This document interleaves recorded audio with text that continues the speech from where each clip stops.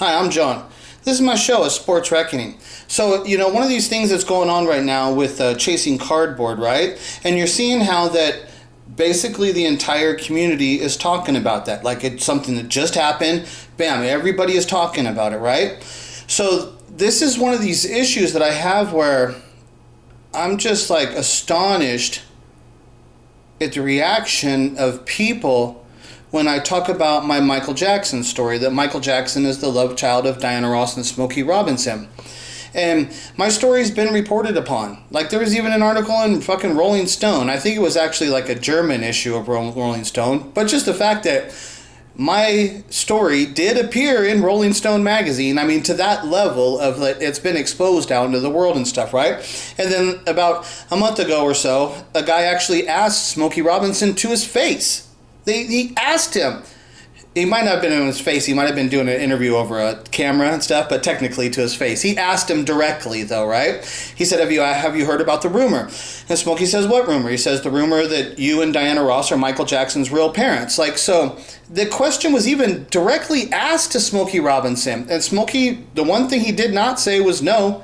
And he says, I got to call Diana. There was like, it was crazy, the whole thing. So it's one of the things about like, he tells Diana, because that was the first thing on his mind is, Diana heard this? I got to call her. And he's like, stopped the interview so he could call Diana Ross. So I think it's safe to say that Diana Ross is aware that this rumor's out there now too. But has either one of them come out to debunk the rumor and say it's not true? No, that hasn't happened, But there's issues with them acknowledging that it is true because there's a lot of financial things that are occurring, especially primarily with the Jackson family. And even though I know Diana inside in the beginning, that's what I'm going to show you with a video like this, she definitely wanted the world to know. But actually I've thought about it more. It's like, I don't know if she wanted the world to know or if she was just trying to show Michael that she is acknowledging him as her son, but the world is not capable of dealing with it. And so that's why she would constantly flaunt it out in open. I think she thought it would be one of these things that would happen after she was dead, right? That after she was dead, she also wanted to leave behind these clues and stuff so that somebody could do an investigation after she's dead, that if somebody started doing that investigation, that they would have these pieces of evidence, to use, right? So it's hard to know exactly what she's doing, but the Jackson stuff is the Jacksons did raise her child, and they did, I don't say groom or whatever, train. Joe trained Michael and his kids to get them to be professionals and get them to Motown. So without Joe Jackson doing that, if Joe Jackson wasn't the person he was, and Michael just went into some other family who had no interest in music, then who knows what would have happened in Michael Jackson's life? When would he have had his opportunity to shine? Because other people could have just been okay, fine, he sings around the house and stuff like that, right? But it's not like they would have done what Joe did because Joe was friends with Berry Gordy, and that's who gave the child to. That's how Michael got put into the Jackson houses, because of Berry Gordy. So that Berry Gordy, Diana Ross, Smokey Robinson, Katherine Jackson, and Joe Jackson, we know for sure that they all know that Michael was not the Jackson. We know that they all know the true story. And that's one of the reasons why that when they get to Motown, they all know that Michael's not part of the family, and they know that Diana is his mother, and here she is right here. And then, so that's why I think that the reasons why the first album is called Diana Ross Presents the Jackson 5, I think that was part of the cover-up, that they knew that Diana Ross was going to have this special relationship with Michael, so they had to cover it up in a different way, to say, oh, well, she discovered him and stuff, right? But there was just so much more going on. So one of the things about when I'm explaining my story is I can come at it from 100 different angles, right? And I've got all the evidence, but I can't keep people will not deal. They always are no, and they're running away. They're no, and they run. They're just looking to run. Once they start getting into my story, and once they see that my story has legitimate evidence backing it up, they run. They run as fast as they can. And this is where I don't understand. I don't understand these kind of people, right? I don't understand how they could be that way, When all I'm saying is I beg everybody, challenge my work. Challenge it on every level, anything you want. and go ahead and ask me a question. And I've got freaking 500 other videos that I've already done proving any question you've got. I've already got a video made to answer it, or I could just make another one quick and give you answers like that, respond to it that way. There's no question that can be asked, but that I can't answer. But the problem is there's no possible way for you to prove this story without my investigation and my work. There's no possible way. I haven't met anybody, and I've spoken to people that have written books about Diana Ross, like everybody. There's no possible way for you to explain it, anybody out there. There's no way possible that you can explain it without understanding my investigation and actually understanding the evidence and how the chain of events actually works. So what happens real frequently is people, when I start to tell them this story, they start to think in their head. They start to try and figure it out for themselves, and they can't do it. And since they can't do it, then they just somehow, that proves to them that my story's wrong. And like I said, the weird interactions I've had with the public, it is really, really weird. And so what I always just ask people is like, look, I'll make a video like this. And I just say, okay, react to it. React to this video. Give me your opinion. And they can't even give me an opinion, because what it is they know instantly that my work is very valid and it's very credible. It's really good evidence, right? And then, so they know that they have no response to it, that they can't respond to it in any kind of a negative way, so they just don't respond, right? Or they'll say one stupid thing, and then they'll run, right? And that's what they do. And so it's just crazy. So let me show you, like, this is the kind of videos I put together. It's like, here, I'll do it as quick as I can. I'll do a little video like this and show you, here's some evidence. Now react to this. This is a real story. Like that tie with that card and stuff. Okay, yeah, it's serious what he did, but on the bit larger scale, it's not the biggest fucking deal. You know, it's big because of who he is and how it happened, that he should have known better. And it's big because it shows that even the people that appear to be the most trusted in the sports card community, you can't really trust them. And that's what I'm saying. When I'm making a video like this, I'm not asking for anybody to trust me. I'm saying use your brain. Use your brain. And feel free to critique my work as harshly as you want. And feel free to ask me questions, to follow-up questions. Feel free to do all of that stuff. But don't not talk about it, because this shit is seriously real. And like I said, if you need newspaper articles that have been written to back it up so you can validate your response and stuff, that your participation in this, I'll show you that too. It's like, it's just really, really weird. I don't understand these people, right? Just like I mentioned, because there was like a video, I think John Mangini had just made a video recently, it's like today or yesterday, it was in his shorts, and he was talking about trolls and stuff, right?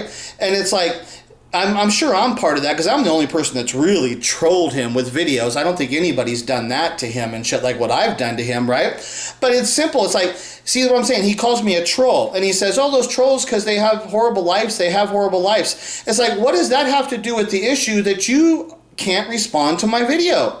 And so, because you can't respond to my video, you start calling me a troll, and you start saying I have a terrible life. So that justifies your behavior of being the stupid piece of shit, total fucking loser that you are?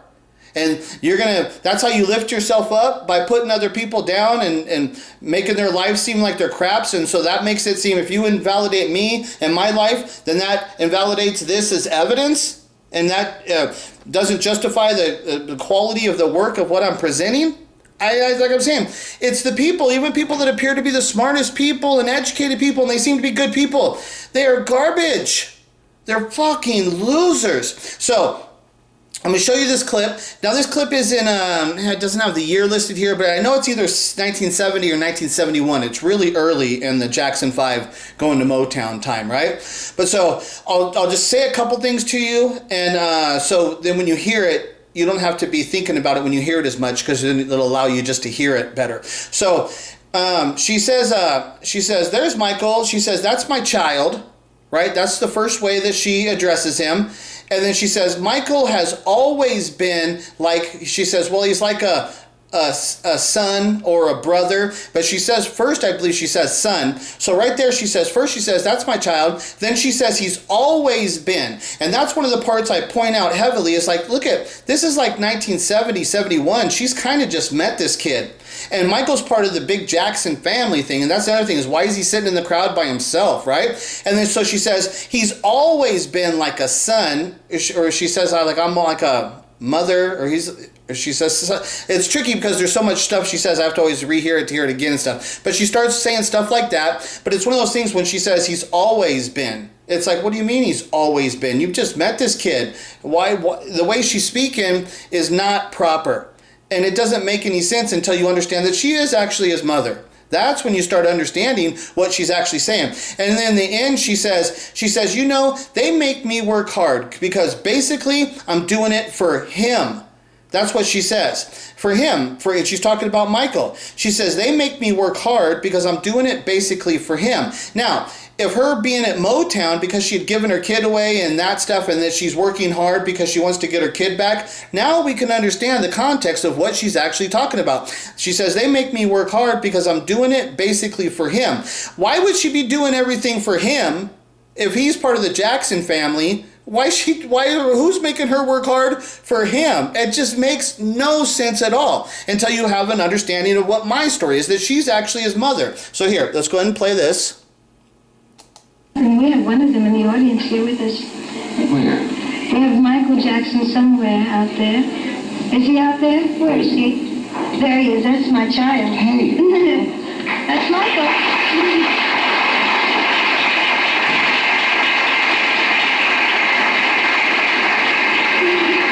You know, remember? Don't you know anybody? You get a better seat? He's being incognito. Oh. You know, they make me work hard because I want to be something. I mean, I am. Michael has always been like a son or a brother or something to me, and they admire me sort of like. So I try very hard to keep up such an image for them. And when I do a show like this, they usually sneak Michael in. I really didn't know he was going to be here. I heard about it, and I was hoping that he was here because it makes me a little bit stronger because I'm doing it basically for him. It's like, what? When you hear her, and you can see that she's stumbling through, that she wants to say stuff, but she can't directly, like, fully say it, so you can tell in the way that she's choosing her words carefully, but she's saying it, but she's not fully saying it, but she kind of is saying it, right? But she's saying it in a deceptive way that people couldn't really catch on exactly unless you know that she's his mother. Then you wouldn't really understand. You would just think, oh, this is star talk and stuff, whatever, you know? You wouldn't understand. But when you go back and listen to what she's saying, it's like clearly obvious what she's actually talking, the words that she's using. It's out of the ordinary in a big way until you understand that she's actually his mother. And that's what's going on there. Everything about with the way when she says too, that's my child, she says, that's Michael, right? The way she says that's Michael, like a mother. That's my Michael, that's little Michael, that's my child. It's crazy, right? And I can't get people to, I'm talking about the entire Michael Jackson community that couldn't get to deal with this. And then people trying to, in the sports car community, they'll give me that excuse. Well, there's the sports cards. And I showed them every way of how all these people are so connected to sports in serious ways. Plus, Michael Jackson has cards. Diana Ross, there's a lot of cards. They have a lot of cards and a whole shitload of collectibles, right? All kinds of stuff out there that people in the community could either collect for their personal collection or they can invest in it just to make money. And I showed them all this stuff and I still get absolutely no respect. So this is Diana Ross now in 1991 on the Arsenio Hall show, and Arsenio asks her who is her first love. And right quick, Smokey Robinson, she says, Smokey Robinson was my first love. She says, I really loved him.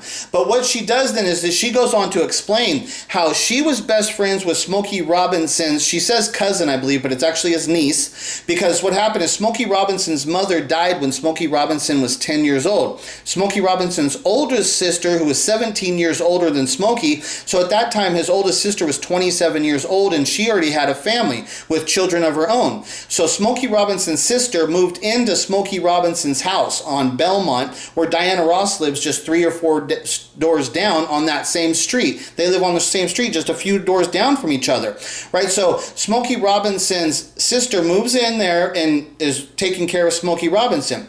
But so one of Smokey Robinson's oldest sister, one of her children is named Sharon Burston, and she'll say that here. She'll say that she was good friends with Smokey Robinson's, it's his niece, she says cousin, I believe. She says Sharon Burston. And because she was friends with Sharon, that allowed her to sleep over at Sharon's house. But that is Smokey Robinson's house. So Diana Ross, and then she pins down the time. She says she heard Smokey Robinson's song on the radio, and she realized you could actually make a record. So what happens is Smokey Robinson meets Berry Gordy in August of 1957. And he meets Berry Gordy in the Brunswick record studio, where Berry Gordy is still just a songwriter. He is not doing anything to build Motown.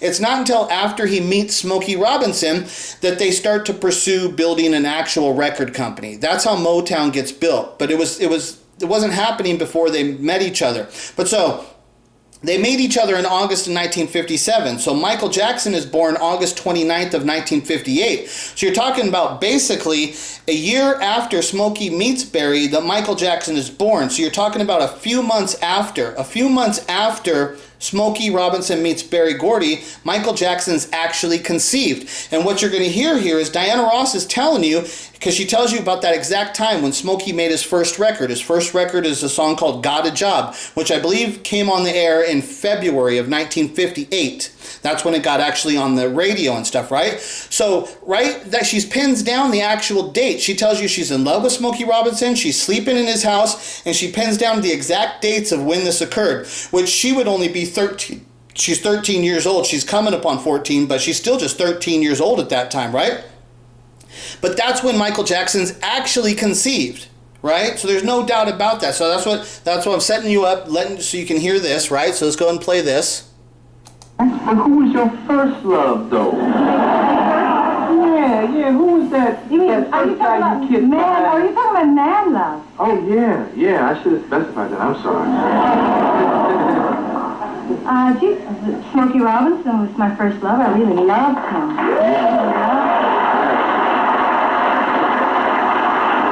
You know, I have stories. People think my life or my career started with Motown, but really it started with Smokey. Smokey lived on Belmont. We lived on the same street. Mm-hmm. I was very close with his cousin, Sharon Burston. Mm-hmm. And I used to sleep over. You know, I kids had sleepovers at Sharon's house, and I used to listen to the Miracles sing in the basement. And that was before I came to Motown. That was before the Supremes. And to me, I loved him. Because there was a time where when I first heard his record on the radio and I realized that you might be able to sing and make a record, I mean, it was like major time. So I think maybe first love of maybe with Smokey. Okay, so that's what I'm saying. It's like when people, it's like, I have evidence. Diana Ross just told you that she was in love with Smokey Robinson and sleeping in his house right at the time of where Michael Jackson's conceived, which also aligned with the development of Motown, because that's when Smokey Robinson's record first came on the radio. That's when he meets Berry Gordy. So what happened, she says she would listen to him down in the basement. So one of those nights that she was staying over there and everybody else went to bed and stuff, and so like I said, like the Sharon girl, that's her house, and she'd feel comfortable with Diana hanging around Smokey and stuff, and so if the Sharon girl's tired, she just goes to bed. One of those nights, Diana Ross had sex with Smokey, and she got pregnant. But then what happens is that when Smokey Robinson tells Berry Gordy, hey, I got this 14-year-old girl in the neighborhood pregnant, you know, then Berry Gordy's trying to build a record company, and this is before Motown. Like she said, this is before Motown. This is before the Supremes. All of this stuff is occurring before anything is actually really set forth in motion. So Berry Gordy, knowing that he's trying to build a record company, knowing that his image is going to be of paramount importance to have a clean image for his artist, understanding how a bad scandal can ruin everything, what do you think Berry Gordy would actually do in that situation? They would want to get rid of the kid, because the kid is the problem now, right? The kid, now they've got a problem. With having Diana Ross having the kid from who Berry Gordy's going to be promoting as his first #1 artist, Smokey Robinson, because Smokey's 18 and she's only 14. So that's a scandal that would Berry Gordy really be willing to just say, okay, well, whatever, we'll just deal with whatever as it goes? No. Or would he be thinking, can we get rid of the kid? And then you find out that Berry Gordy and Joseph Jackson, they're the same age. And if they're in their life, you find out that they were both fighting in the Golden Gloves at the same time. And then after that, they both got into music. They had music interest and got into doing music stuff. And there's a lot more stuff there to show connections and stuff, right? But one of the things is like, man, I don't have to prove the actual direct connection because Michael ended up in the Jackson household. If I can just prove that Michael's the child of Smokey and Diana, well, he had to get into that Jackson house somehow.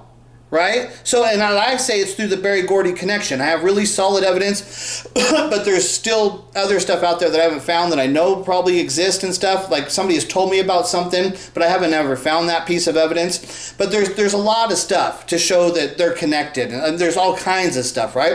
But it's not as like deliberate as this, saying I was sleeping in his house, I was in love with him, right? So, but if I prove that Michael is the son of Diana and Smokey, well, then Michael had to be put into the Jackson house somehow. Right? So I don't have to actually prove as much how that happened. I just have to prove that it did happen. Right? So that's a part of the story and stuff, right? But like right there, she tells you she's in love with Smokey, sleep in his house. Now, this is going to be Diana Ross. And now listen to the words she says. She says, Michael could be part of my family. She says, we have a lot of the same bone structure and our skin color's the same. In what context should Diana Ross ever be speaking about Michael Jackson as he could be part of her family? And why could he be part of your family? Because you got a lot of the same bone structure? What? Bone structure? Like, how is it even possible that those words could even come out of her head unless she's actually Michael's mother? Right? Then the guy says the thing about, well, Michael's having the surgery, right? But so what the guy is acknowledging when he says that, he's acknowledging that there was the rumor that when Michael Jackson started to have surgeries, people started saying he's having surgery because he's trying to look like Diana Ross.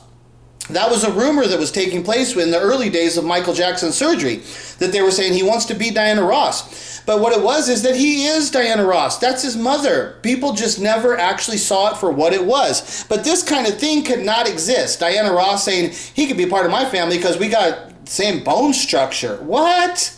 That can't exist unless she's his mother. It could be part of my family. Yes. We have a lot of the same bone structure and a lot of skin color. Well, Michael does now because he's had it all done. You take that as a compliment? Cannot. I refuse you to insult Michael. He's a friend of mine. Yeah. I love him, Yeah. and I don't like people making fun of him. No, but we are... Ok, Clive, c'est le moment de la fermer. I get real serious when I Yeah. talk about Michael, No. and I think we should really kind of look at his life with compassion. He makes incredibly good, I want to say the bad word, good How music.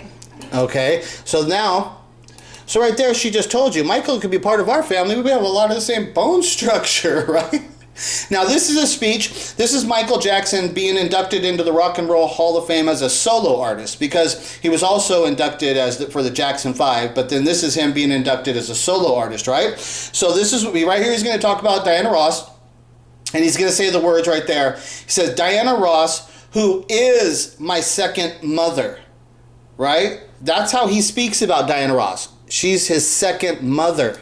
Thank you. The glamorous and talented and beautiful Diana Ross, who is my second mother. I thank you. You know? So it's like, dude, how does he speak about Diana Ross? Diana Ross, who is my second mother, right? And then Diana Ross ends up in Michael Jackson's will. Like I said, I could show you so much stuff, but it's like, dude, this is what they're talking about. This is a mother-son relationship. This is how they spoke about each other. And there's much, much more. We get really deep, we get into the songs, and we start getting into really crazy stuff. It goes deeper and deeper. You get into like Michael Jackson being named. They say the official story is that Catherine's mother named Michael Michael. I think Michael is named because the band The Miracles. If you take the word The Miracles you can spell the name Michael from the miracles. It has all of the letters, you know, the miracles, Michael the miracle. But so you can spell Michael from the letters of the miracle. And I think Diana Ross named Michael. I think that's how his name actually got originated. And that Diana called him Michael. That's why at the time when the Jacksons are going to name Michael, Catherine doesn't have a name. So what they're saying is that Catherine and Joe never sat up at night discussing the name of what their future child was going to be. If Catherine's actually pregnant with this kid, right? Wouldn't there be talk about what are we going to name the kid? But they're saying that they never had that conversation because they're saying that Catherine in the hospital is having that conversation with her mother. What should we name the kid? And Joe's not even present when this is occurring. Like, Joe has no say-so in what the name of his child's going to be. And then Joe, if you look at all of the children before Michael, he's got all those other boys. Not one of the boys has Joe's name in it. Not one of the boys has Joe's name in their name anywhere. So if that was of any importance to Joe, it would have already occurred. So I think it's safe to assume that Joe didn't want his name on any of his children, or else it would have already have happened. So that's the kind of conversation that him and Catherine would have had because they had children. And never, Joe's not in any of those children's name. But whose name does it first appear on? Michael. It shows the cover-up. And they say that Catherine's mother calls him Michael, and they say that's how he gets his name, Michael. And then they give him the name Joe or Joseph, whichever, you know.